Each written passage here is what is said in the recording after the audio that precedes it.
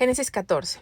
Aconteció en los días de Amrafael, rey de Sinar, Arioc, rey de Elazar, Kedorlomer, rey de Elam, y Tidal, rey de Goim, que estos hicieron guerra contra Bera, rey de Sodoma, contra Birsa, rey de Gomorra, contra Sinab, rey de Adma, contra Semeber, rey de Seboim, contra el rey de Bela, la cual es Zoar. Todos estos se juntaron en el valle de Sidim, que es el mar salado, o sea, el mar muerto. 12 años habían servido a Kedorlomer, y en el 13º se rebelaron, y en el año 14 vino Kedorlomer y los reyes que estaban de su parte, y derrotaron a los refaitas en Astarot, Carnaim, a los susitas en Ham, a los emitas en Sabe, Kiriataim, y a los oreos en el monte de Seir hasta la llanura de Parán, que está junto al desierto. Y volvieron y vinieron a En Mispat, que es Cades, y devastaron todo el país de los amalecitas, y también al amorreo que habitaba en Ase-Sontamar.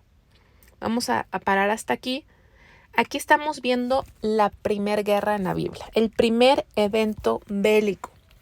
Y este evento bélico vemos que es entre un grupo de naciones contra otro grupo, así como en la Segunda Guerra Mundial, que estaban los aliados contra Alemania, ¿no? Aquí también vemos esas alianzas bélicas que hay.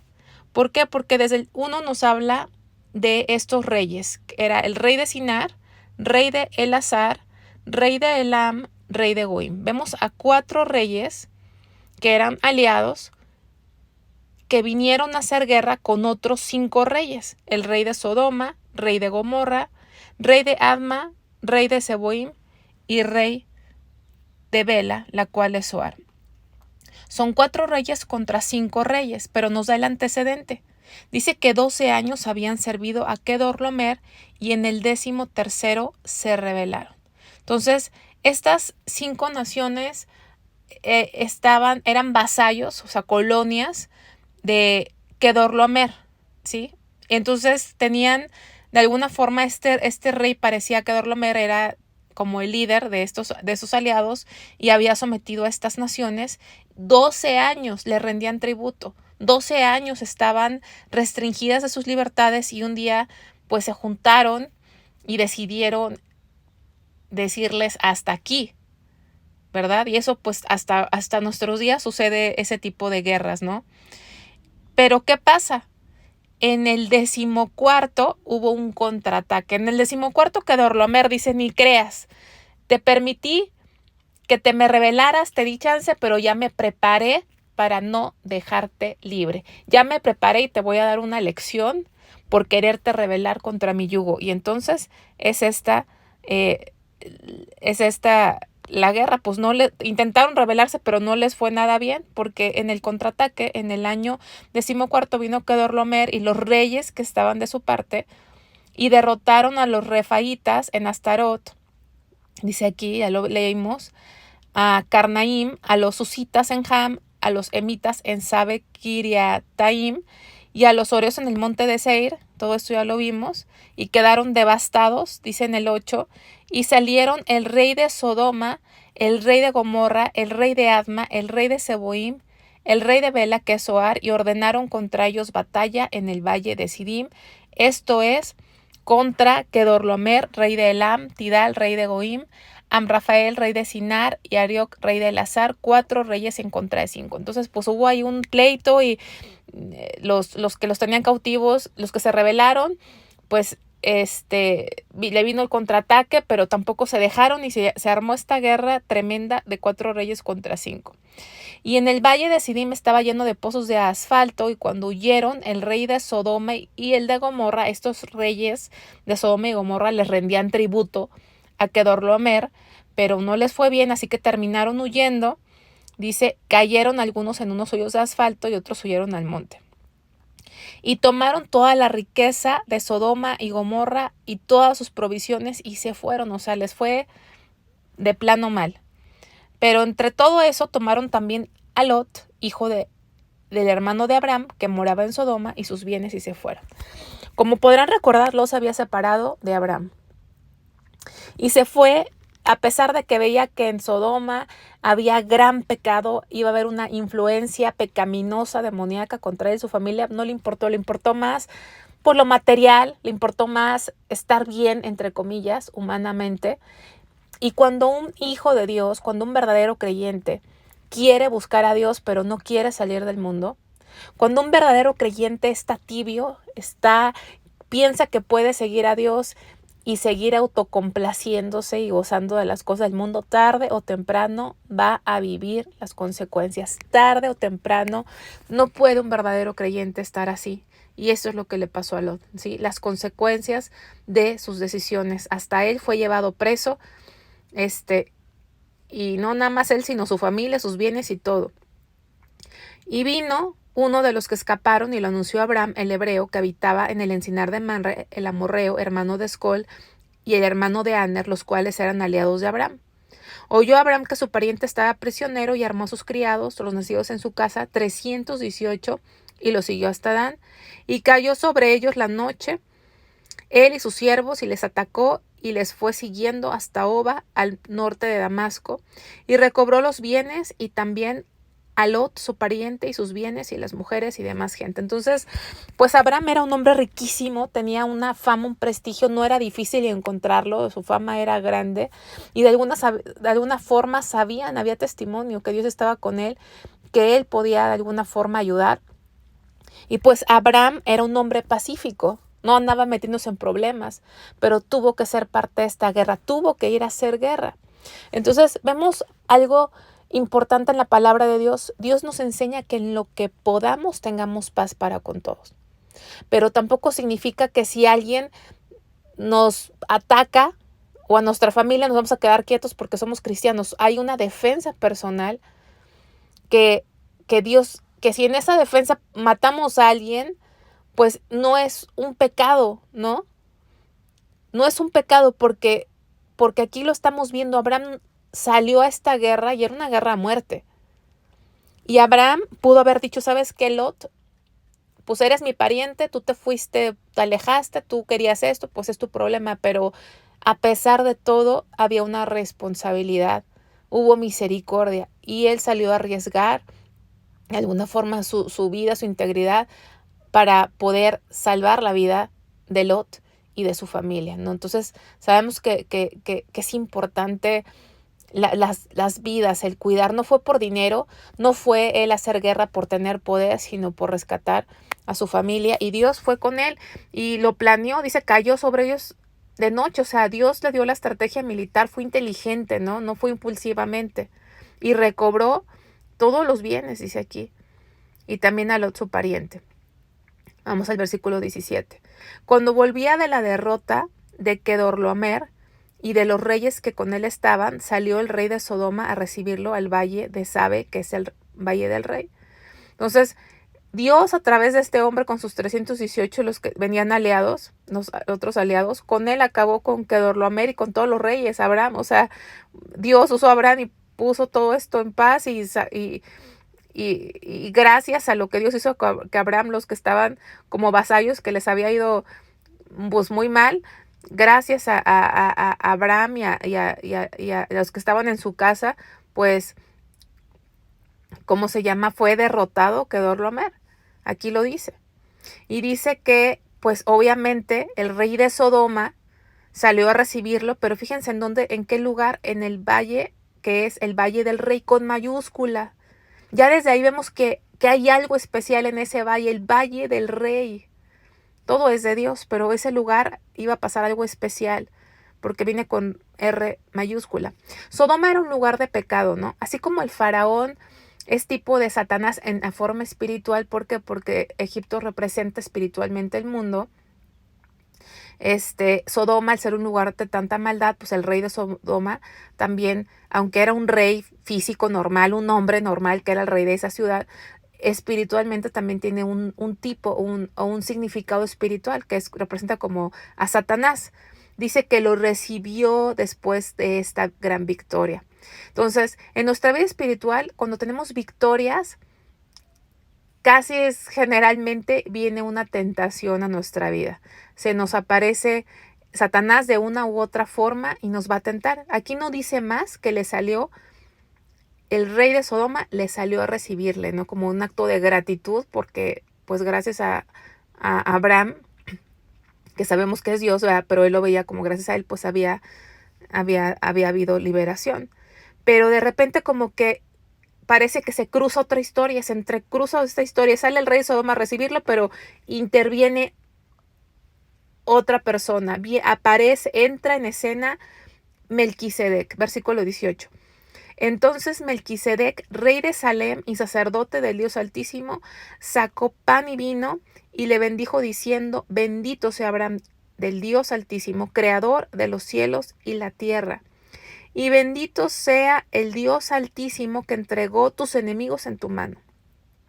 Y le dio a Abraham los diezmos de todo. De repente entra otra escena, ¿no? Como que entra un intermedio y aparece este hombre Melquisedec, que significa rey de justicia. Dice, entonces Melquisedec, rey de justicia, que es lo que significa, y luego dice rey de Salem. Salem significa paz. De hecho, Salem es una abreviación de Jerusalén. Jerusalén es la capital de Israel, la ciudad que Dios escogió para poner el templo. Jerusalén significa ciudad de paz. Y Salem significa paz. Entonces, este personaje Melquisedec no vuelve a aparecer más que en Salmo 110:4 y en Hebreos 7:17 y 21.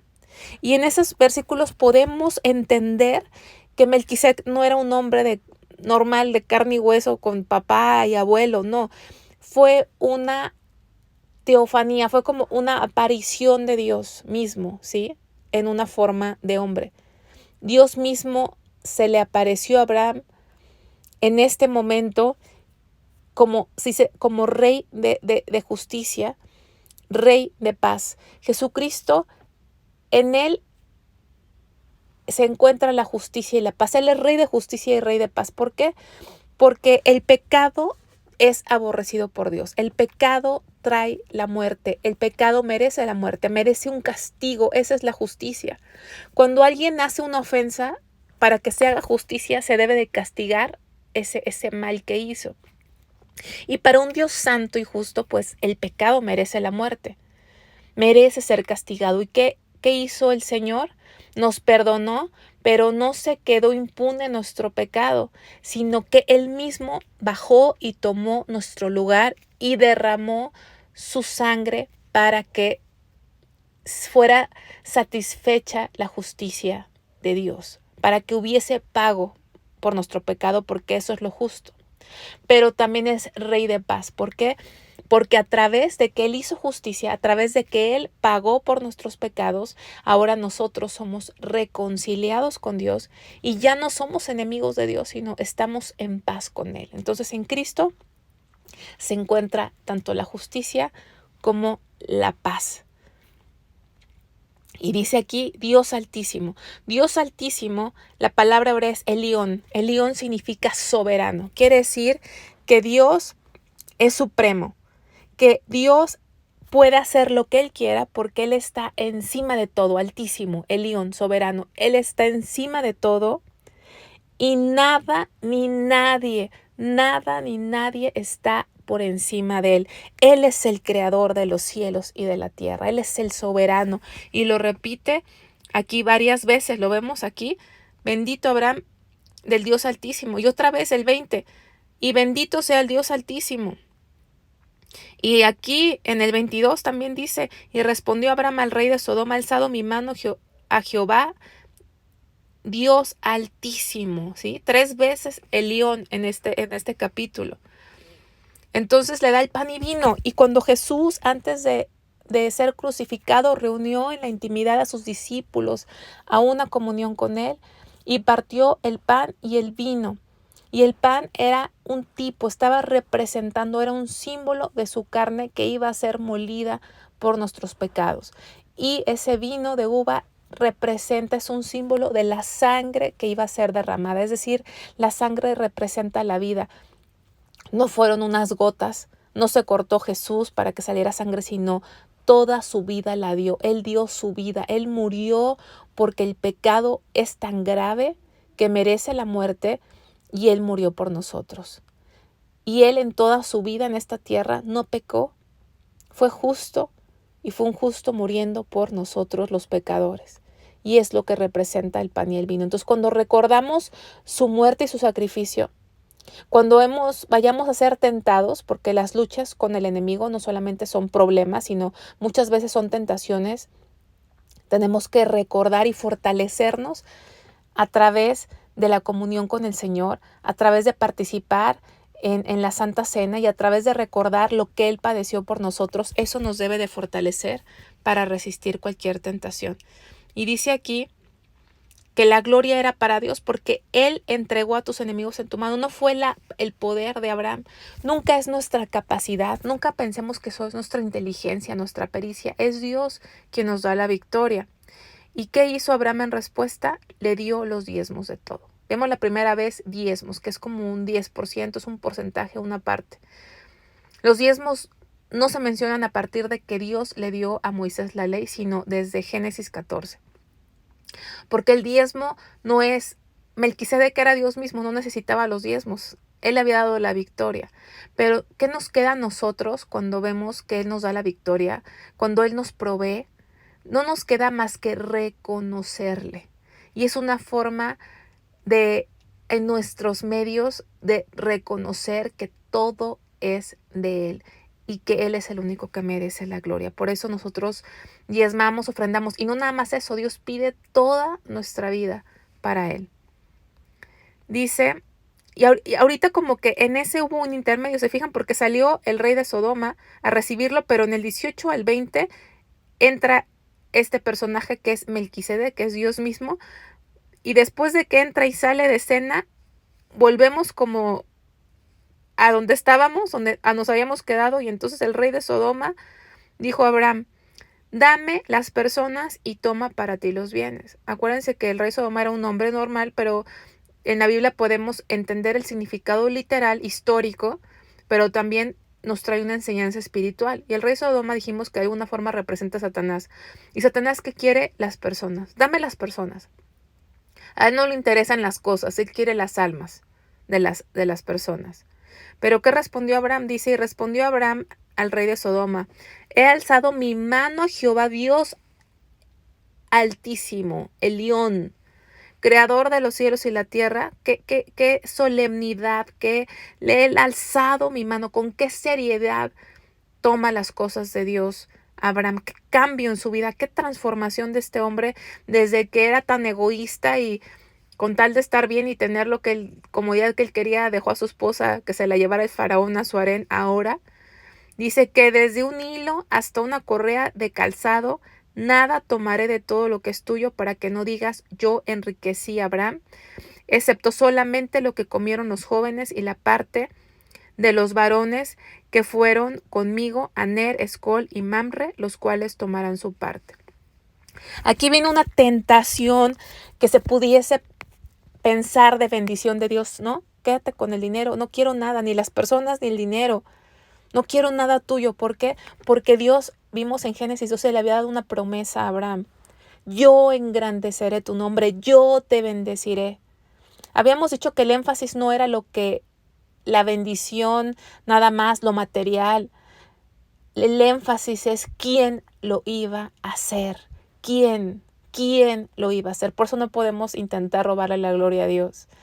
Y Él cuidó ese testimonio, protegió el testimonio. No quería que nadie pudiera pensar que el engrandecimiento que Él iba a tener era por un hombre, era porque el rey de Sodoma le había dado. No, lo que iba a hacer Dios, tenían todos que saber, y no debía haber duda que era Dios el que le había bendecido, el que lo iba a engrandecer, el que lo iba a enriquecer. Entonces tenemos que tener tanto cuidado de cuidar el testimonio de Dios. Hay mucha gente que quiere ejercer un ministerio, un llamado a Dios, recibiendo dinero de gente que ni conoce a Dios o del gobierno.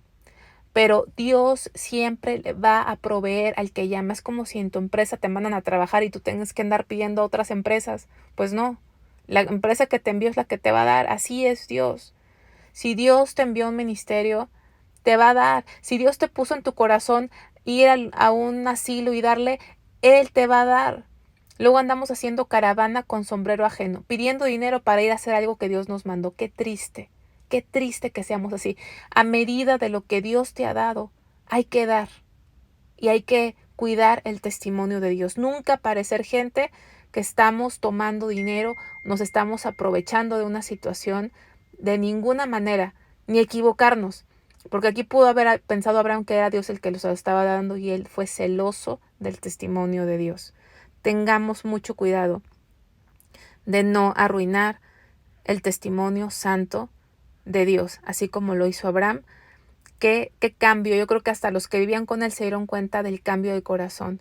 Y ya los recuerdos pasados de la actitud de Abraham en Egipto habían quedado borrados. ¿Por qué?